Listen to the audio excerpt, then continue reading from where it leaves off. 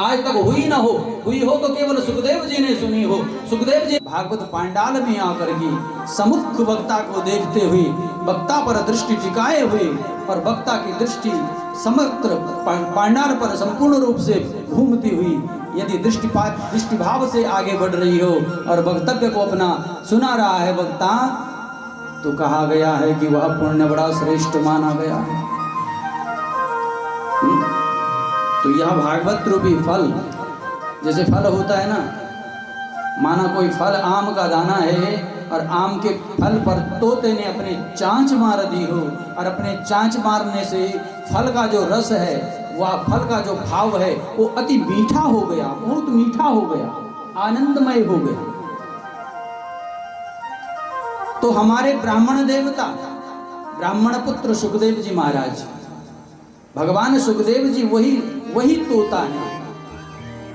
और उन्होंने इस भागवत की पुस्तक रूपी इस भागवत का जो भगवान का जो स्वरूप है, इस पर आकर के इस फल पर अपना चांच मार दिया, यानी अपनी वाणी से इसे लबालब भर दिया महाराज। जैसे कोई लता किसी वृक्ष को लपेटे हुए शोभायमान कर रही है, और वो लता कैसी हो जिसमें अनेक फूल भी लगे हुए हों, सुंदर से ऐसे भाव भर दिए। और सच में कहें तो सत्य तो यही है कि भागवत तो ब्राह्मण के मुख से ही प्यारी लगती है। यदि ब्राह्मण विप्र देवता भागवत का रसास्वादनी हो, उसने रस पिया हो और वो कथा करे, उसमें इतना रस निकलता है कि अगर कोई श्रोता पी सके तो पिए। भागवत विद्वानों के लिए, जो बहुत बड़े ऊंचे स्तर की विद्वता पर अपने आप में अहम में तुले होते हैं, उनके लिए नहीं है महाराज। भागवत बहुत बड़े धनवान के लिए भी नहीं है महाराज, क्योंकि भागवत लेने के लिए तो बड़े बड़े गाहक जाते हैं, लेकिन उसे कोई ले नहीं सकता। भागवत कोई पुरुषार्थ नहीं है महाराज, भागवत कोई पुरुषार्थ मेहनत करके या धन बल से नहीं आती है महाराज। भागवत तो जन्म जन्मों के पुण्य से, जब जन्म जन्मों के पुण्य उदय होते हैं तब भागवत का भाव किसी के मन में प्रकट होकर के वह अपने घर पर या अपने किसी भी स्थान पर जाकर के भागवत को सुनता है और करवाता भी है। भागमत सीधा सीधा अर्थ घुमा फिरा के क्यों कहते हैं, या क्यों समझ, भागमत बैठ जा, भागवत अरे बैठ, भागमत। जब बैठेगा तभी मिलेगा, और दौड़ता रहेगा तो दौड़ता ही रहेगा। हाँ? और जो बैठ गया, जिसने जल्दी समझ लिया वो बैठ गया, और जिसने जल्दी नहीं समझा वो दौड़ता रहा। उदाहरण बहुत ठोस एग्जाम्पल मैं आपको देता हूं। हमारे सनातन संस्कृति का श्रेष्ठतम पुरुषों का और श्रेष्ठतम दिव्य देवताओं में भगवान शंकर और भगवान शंकर के पुत्र गजानन का, दूर क्यों जाते हो, कार्तिकेय और गजानन दो पुत्र शिव के। उन्होंने ऐसी भागवत करी कि तुरंत ही समझ गए। कौन? गणेश जी। और कार्तिकेय महाराज ऐसी भागवत किए हैं वो समझ ही नहीं पाए, घूमते रहे, मयूर के ऊपर वाहन बनाते हुए घूमते रहे। बड़ा विलंब कर दिया तो न रिद्धि मिली न सिद्धि मिली। तो जो बैठ जाए उसे सिद्धि भी मिलेगी और रिद्धि भी मिलेगी, मेरी गारंटी है। वारंटी नहीं देता है पंडित जी, गारंटी देता है। और जो नहीं बैठ सका, जिसने अपने मन को नहीं काबू कर सका, वो दौड़ता ही रहेगा, घूमता रहेगा। जब तक तो घूमते घूमते आएगा तब तक रिद्धि भी कहीं चले जाएगी, सिद्धि भी किसी और के पास चले जाएगी, तू रह जाएगा, देखता रहता रहेगा। तब क्या करेगा? इसलिए भागवत भगवान कहते हैं कि भाग मत, बैठ जा, मेरे पास आ, मुझे श्रवण कर, मुझे सुन, और मुझे सुन करके जो मैं कह रहा हूं उसका पालन कर, उसका अनुसरण कर। तेरे को तेरे घर पे ही सब कुछ मिल जाएगा। गणेश जी ने अपने माता पिता बिठाए और उनके आगे पीछे परिक्रमा कर दी। और मातृ सेवो भवः, पितृ सेवो भवः, गुरु सेवा सेवनीयम, अतिथि देवो भवः। क्या बात है कि मातृ सेवो भवः, पितृदेवो भवः, गुरुदेवो सेवनीयम अतिथि देवो भवः। गुरु की सेवा, माता की सेवा, पितृ की सेवा, अतिथि की सेवा। जिसने ये सब समझ लिया कि सब देवता हैं, तो जब सारे देवता समझ सबको देवता समझेगा, तो देवताओं को देवता कौन समझेगा? जो स्वयं देवता होगा। जो स्वयं देवता नहीं है वो देवताओं को देवता कैसे समझेगा? उसे तो भय पड़ा हुआ है, पता नहीं कौन क्या है, उसके दिल में खुद की डर है।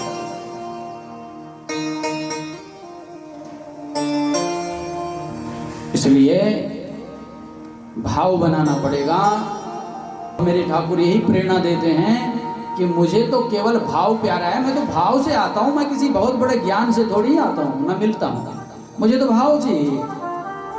न मैं ऊंच देखता हूं, न मैं नीच देखता हूं, न मैं जाति देखता हूं, न मैं पाति देखता हूं, न मैं तो केवल देखता हूं मेरे को चाहने वाला है कैसा। भगवान ने तो कभी कभी ऐसा भी कर दिया कि जब कर्मों को देखने की बारी आती है तो मैं आंखें बंद कर देता हूं कि कैसे इसके कर्मों को मैं गिनूं। अगर इसके कर्मों को मैं गिनूंगा तो मुझ पर पाप लगेगा, क्योंकि इसका तो भाव मेरे बहुत ही श्रेष्ठतम पद पर है। और जिस भक्त का भाव भगवान के लिए अनेक भाव है, वहां भगवान उसके कर्मों पर प्रकाश नहीं डालता है, उसे पकड़ लेता है और पकड़ करके अपने गोद में जब बिठा लेता है तो उसके जो भी अपवित्र भाव हैं, जो भी अपवित्र विषय हैं, उनको नष्ट करके उसको अपना बना देता है। फिर वह गलत कर ही नहीं सकता, वो सुराटमय हो जाएगा, वो दिव्य पुरुष बन जाएगा, वो दिव्य स्त्री बन जाएगा। इंसान गलत तब तक ही है जब तक उसे ज्ञान नहीं है। जिस दिन उसे ज्ञान हो जाएगा, उसकी ज्ञान की जो गांठ है वो खुल जाएगी, उस दिन उसे ज्ञान आ जाएगा, तो उसी दिन से वो महापुरुष बन जाएगा। और ज्ञान कब आएगा? जब भागवत भगवान की कृपा आप पे होगी। और भागवत भगवान की कृपा कब होगी महाराज? भागवत भगवान की कृपा तब होगी जब किसी ब्राह्मण का, संत का आशीर्वाद आपके सिर पर जाएगा। और जब संत ब्राह्मण का आशीर्वाद आपका सिर पर जाएगा, और दूसरी बात जब परमात्मा की कृपा होगी, ये तो अनुग्रह से मिलती है। भागवत जो है, भक्ति जो है भगवान की, या किसी की कृपा से मिलती है, अनुग्रह से मिलती है, भगवान की दया से मिलती है। जब तक भगवान की दया और संत कृपा न हो तब तक नहीं मिल सकती। तो सुखदेव महाराज संत हैं, संत ने इस फल पर चोंच मार दी और लिखे हुए पूरे ग्रंथ पर जैसे संत सुखदेव जैसे आए, विप्र देवता आए, तो पूरा ग्रंथ समझ में आने लग गया। जब सुखदेव जी ने कथा प्रारंभ की तो सबके समझ में आने लग गया, और अनेक लोग आज तक लोग तरते जा रहे हैं। कितनी कथाएं हो रही हैं, इतने लोग तर रहे हैं। उतनों का मोक्ष सुधर रहा है, वैकुंठ सुधर रहा है, परलोक सुधर रहा है। ये लोग तो सुधरा, वो लोग भी सुधर रहा है। जैसे आज यहाँ पर इस पांडाल में मित्तल परिवारों ने इस कथा को हमें सपोर्ट किया, तो समझ लीजिए कि 12 पुश्तों की राख जड़ गई। अनेक प्रकार के जो दोष आरोपण व्यवस्थाएं, पितरों की जो कमियां संसार जगत आदिकरण में होती हैं, उस पर जो है प्रकाश पड़ गया। एक व्यक्ति का उद्धार नहीं हुआ, एक व्यक्ति के द्वारा अनेक व्यक्तियों का उद्धार हो गया। और जितने व्यक्ति यहाँ पर आकर के ब्राह्मणों की सानिध्य लेते हुए जितने भी लोग जुड़ रहे हैं, आ रहे हैं, सुन रहे हैं, उतनों को भी परमात्मा की सन्निधि मिल रही है। बोलो इससे बड़ा पुण्य क्या होगा? एक से अनेक। बोलिए भागवत भगवान जी। और जिस पर सुखदेव जी महाराज चातुर्य वर्ण के पुरुष, चतुर्वेदाध्यायी, अनेक ग्रंथों के ज्ञाता, जहां पर उनकी जांच लगी वो कौन सा ग्रंथ है महाराज, कैसा ग्रंथ बना, ये कैसा ग्रंथ है, जिस ग्रंथ में क्या है,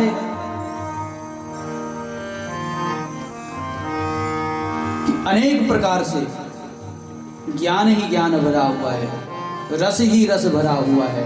बीज नाम की इसमें कोई चीज नहीं है, गांठ नाम की इसमें कोई चीज नहीं है। पद्म पुराण कितना श्रेष्ठ है महाराज। भगवान को मना रहे हैं, भगवान के साथ खेल रहे हैं। अब भगवान के साथ कौन खेलेगा? जो भगवान को अपने मन के भीतर देखेगा, वो भगवान से खेलता है। अब आप चाहे लकड़ी के टुकड़े में देखो, या किसी कांच की बनाई हुई मूर्ति पे देखो, या पीतल की बनाई मूर्ति पे देखो भगवान को, या किसी भी चीज पर जहां पर आप देख पा रहे हैं, जहां आपका भाव डूब जाता है, मेरा ठाकुर, मेरे कन्हैया वहीं प्रकट हो जाते हैं। बोलिए कन्हैया लाल की, बोलिए कन्हैया लाल की। भागवत पुराण ग्रंथ का जो हमारा भागवत पुराण है, यह ग्रंथ स्वयं भगवान श्री कृष्ण स्वरूप है। भगवान का यह वांगमय स्वरूप है। प्रथम स्कंद और द्वितीय स्कंद भगवान का जो है, इसमें पैर माना गया। प्रथम और द्वितीय जो अध्याय हैं, स्कंद हैं, ये भगवान के 2 पैर हैं इस ग्रंथ में। तृतीय और जो चतुर्थ है, यह जंगा माना गया है। पंचम और षष्ठ जो है वह नाभि माना गया है, और हृदय सप्तम स्थान माना गया भगवान का। अष्टम युगल बाहु माने गए भगवान के, और नवम स्कंद भगवान का कंठ है, जिस कंठ से भगवान अपनी माधुर्यता को प्रकट करते हैं महाराज। दसम स्कंद भगवान का मुखार बिंद है, जिस मुख से भगवान ने वेद और ब्राह्मणों की उत्पत्ति करी। हृदयात्मकम प्राणेषु प्राणानाम एकस्मै, एकादश भाव भगवान का प्राण, हृदय जो है वो प्राण है, और एकादश स्कंद जो है वो भगवान का ललाट है। ललाट मैंने कहते हैं माथे को ललाट है, और द्वादश मस्तक है, द्वादश स्थान जो भगवान का वो मस्तक है। इतैव श्रीमद् भागवत भगवान श्री हरि का अंग है। यानी यह पुस्तक नहीं है, यह किताब नहीं है, ये कोई साधारण शास्त्र नहीं है, यह भगवान का पूरा स्वरूप है। ये किताब है, पोथी, जिसे आपके समक्ष रखा गया आगे, जिस पर माल्यार्पण हो रखा है। यहाँ पर जो भी आप कर रहे हैं, ये साक्षात भगवान श्री कृष्ण को दे रहे हैं, श्री कृष्ण के लिए कर रहे हैं, किसी अमुक व्यक्ति के लिए नहीं कर रहे हैं, भगवान के लिए कर रहे हैं। और आपको पता है कि भगवान को जब कोई एक फूल चढ़ाता है तो कुंटलों भर पाप उसके खींच लेता है, क्योंकि भगवान के पास तो चुंबक है। जैसे आपकी मरकरी जल रही है, इस मरकरी में प्रकाश जैसे स्विच पर लगता है एकदम प्रकाश हो जाता है, नहीं तो खोगा है वो, जो मर्जी, उसका कोई महत्व नहीं। पर जैसे आपने वहां स्विच लगाया, स्विच दबाया, प्रकाश आ गया। ऐसे ही श्रीमद् भागवत ग्रंथ पर जैसे ही आपने स्विच लगाया, ये चढ़ाया, और वैसे ही आपको प्रकाश आ गया, यानी पाप को नष्ट कर दिया। इसलिए हमारे शास्त्रों में कहा गया है, ज्योतिष शास्त्र कहती है कि दानेन छिन्नति पापः, दानेन हनन्ति शत्रुजा, दानेन हनन्ति ग्रहः, यथा दानं ततो जया, जतो दानं ततो जया। सुन लीजिए महाराज, दान और पुण्य कर्म से पापों का नाश होता है। दान और पुण्य कर्म करने से शत्रु का नाश होता है। दान और पुण्य कर्म करने से जो नवग्रह दोष होते हैं, नवग्रहों का दोष नाश होता है। दान और पुण्य करने से पितरों पर लगे दोष, आप पर लगे पितरों के दोष, आपके द्वारा, उनके द्वारा जो भी पीढ़ी दर पीढ़ी चल रहा है, उस दोष का नाश होता है। ऐसी है ये भागवती कथा। सुनने मात्र से और स्पर्श करने मात्र से, कुछ ना देने मात्र से भी, कुछ भी ना दो फिर भी ऐसे ही रख लो हाथ इस पर, इतने मात्र से भी, उसके पांडाल में खड़े होने मात्र से इन चीजों की में पुष्टि होती है, बल मिलता है और कुल की वृद्धि होती है।